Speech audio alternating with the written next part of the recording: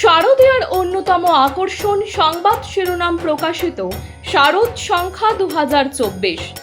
শারদীয়া 1431 দুর্গাপুজো উপলক্ষে সংবাদ শিরোনাম পত্রিকা আগামী 15ই আশ্বিন 1431 ইংরাজি 2রা অক্টোবর 2024 অর্থাৎ মহালয়ার পূর্ণ লগ্নে শারদ সংখ্যা প্রকাশ করতে চলেছে।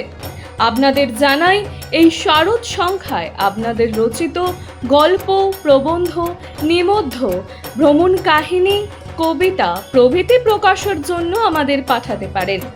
আপনাদের লেখা অবশ্যই হোয়াটসঅ্যাপে টাইপ করে 87026797 অথবা 9007322922 এই নাম্বারে।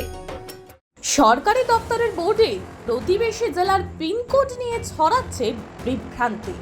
এবার জামালপুরে জেলার সরকারি দপ্তরের বোর্ডে প্রতিবেশী জেলার পিনকোড নিয়ে ছড়িয়ে যাচ্ছে বিভ্রান্তি। পশ্চিম জেলার পিনকোড নাম্বার জলজল করছে পূর্ব বর্ধমান জেলার সরকারি দপ্তরের গ্লোসাইন বোর্ডে। তাকে ঘিরেই শুরু হয়েছে বিভ্রান্তি। পূর্ব বর্ধমান জামালপুর ব্লকের জামালপুরে রয়েছে সাব রেজিস্ট্রার অফিস। পশ্চিমবঙ্গ সরকারের এই গুরুত্বপূর্ণ দপ্তরের ঢিল ছোড়া দূরত্বে রয়েছে সেচ দপ্তরের কার্যালয়, রয়েছে জামালপুর থানা, এমনকি সাব রেজিস্ট্রার অফিসের উপর তলায় রয়েছে ভারতীয় ডাক বিভাগের দপ্তর।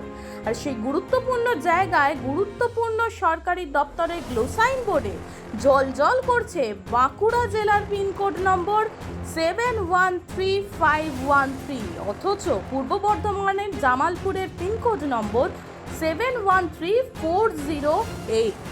অনেকেরই প্রশ্ন, বাঁকুড়া জেলার পিনকোড নম্বর পূর্ব বর্ধমান জেলার সরকারি দপ্তরে কেন?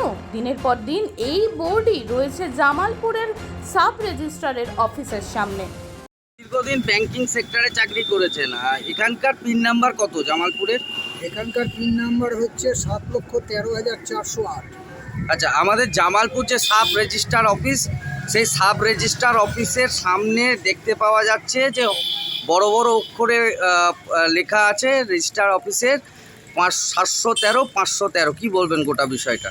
না, এটা তো আমার তো জানা নেই, কিন্তু আমরা যেটা জানি জামালপুর তোমার হচ্ছে পোস্ট অফিস পিন নাম্বার হচ্ছে 7,13,408। আচ্ছা, কিন্তু ওটা কেন হয়েছে সেটা বলতে পারবো না। তো লেখা আছে, এটা কি বলবেন? এটা লেখা আছে, হয়তো মিস্টেক হয়েছে, কি বৃত্তান্ত সেটা তো বলতে পারবো না, কিন্তু আমরা যেটা জানি সেটা হচ্ছে আমাদের জামালপুর পোস্ট অফিসের পিন নাম্বার হচ্ছে 7,13,408। আপনার নাম? আমার নাম গোপেন চ্যাটার্জি, জামালপুর আমার বাড়ি। হ্যাঁ, পোস্ট অফিস জামালপুর, জেলা পূর্ব বর্ধমান। মানুষের পাশে মানুষের সাথে আমরা আছি এই বাংলাতে। আপনারা দেখছেন সংবাদ শিরোনাম। দেখলেন তো অনেক কিছু, এবার দেখুন নতুন কিছু।